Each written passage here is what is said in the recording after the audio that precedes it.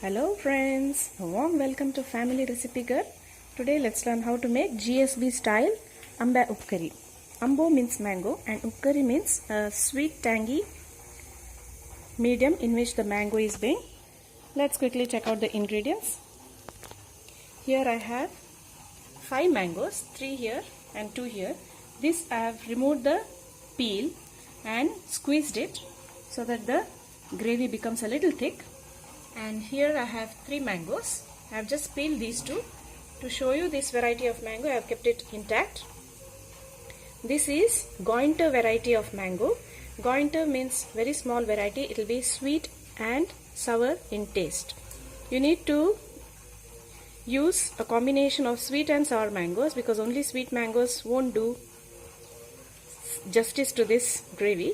So this is one variety which can be made use of to make this mango gravy or curry. Then I have 3 chunks of jaggery. This depends again on the quality of the mango that you are going to use. If it is sour, you will need more jaggery. If it is sweet, you will need less of jaggery. This is some corn flour. You can either use maida or rice flour or corn flour. I am going with corn flour today. This is 1 tablespoon. About 2 green chilies. These are medium spicy.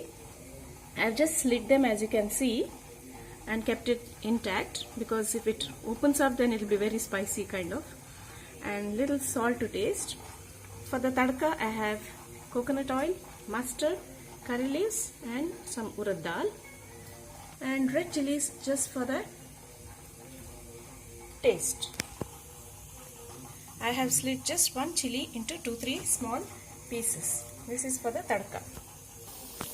Here I have about half liter water which is already boiling. So I have added the 3 mangoes. And now I am going to put in these 2 mangoes which were made pulp.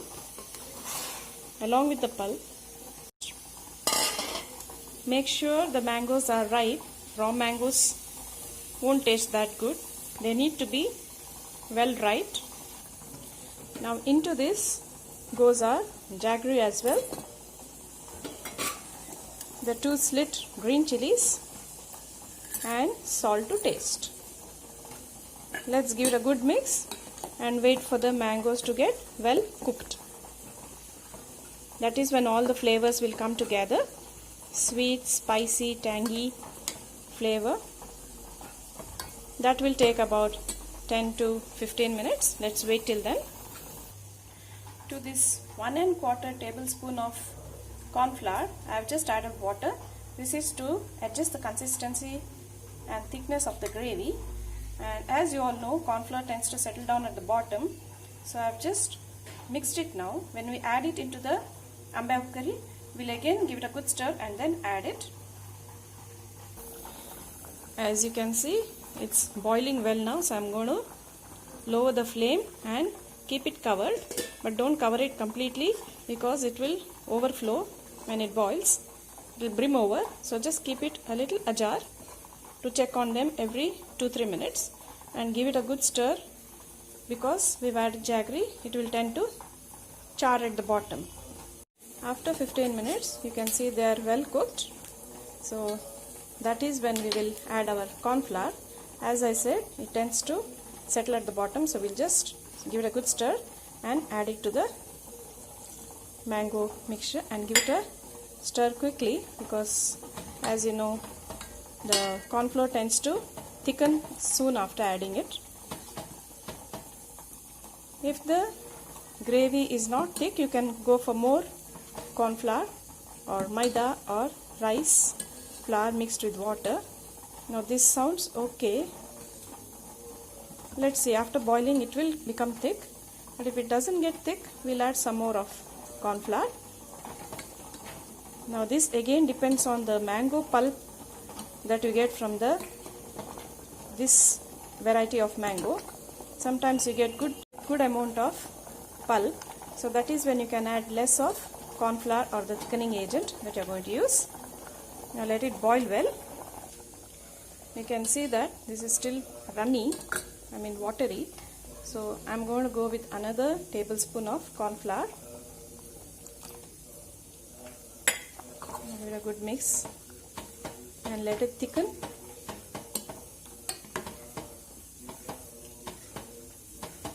Now you can see that it's thickening. So please check before adding.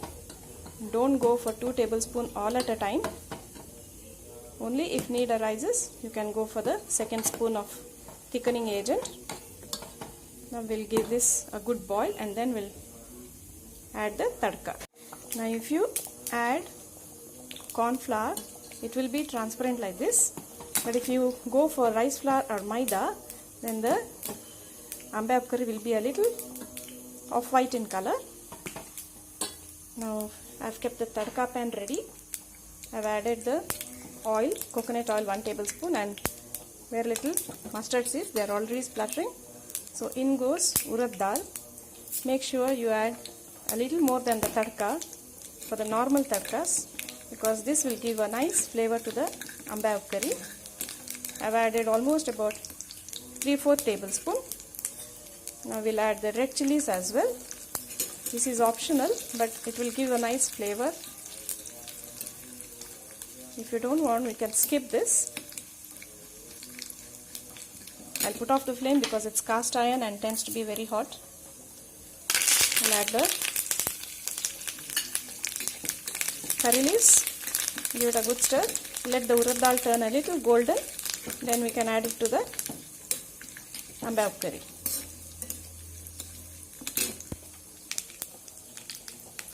You can see that the urad dal has turned golden. Now I'm going to add the tadka to the ambai upkari.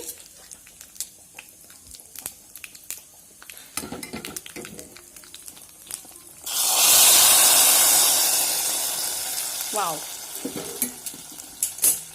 the sizzling sound.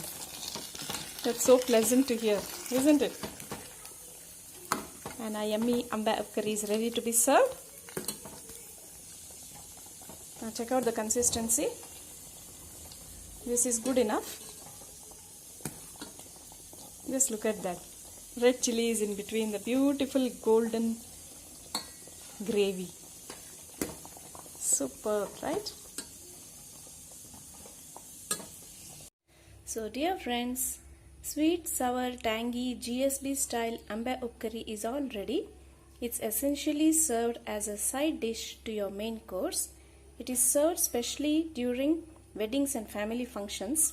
The consistency is usually a little thick so that it is convenient to serve on the plantain leaves and consumed with ease. These fibrous variety mangoes are chiefly available during summers and early monsoons. So don't give this ambai upkari a miss. Go for it before it is out of season. Okay, now a little about how to consume this dish. The mangoes are dipped in the gravy and sucked along with the pulp. So be careful when you add chilies. If it is very spicy, you could choke, and take care about that aspect. And I'm sure you all will love this dish very much. So if you please enjoyed watching it and the taste of it after preparing, of course, please hit the like button, share it with your family and friends, and if you are new to this channel, please do subscribe and hit the bell icon so that you get notified every time we upload a new recipe. Thanks for watching and enjoy. Bye bye.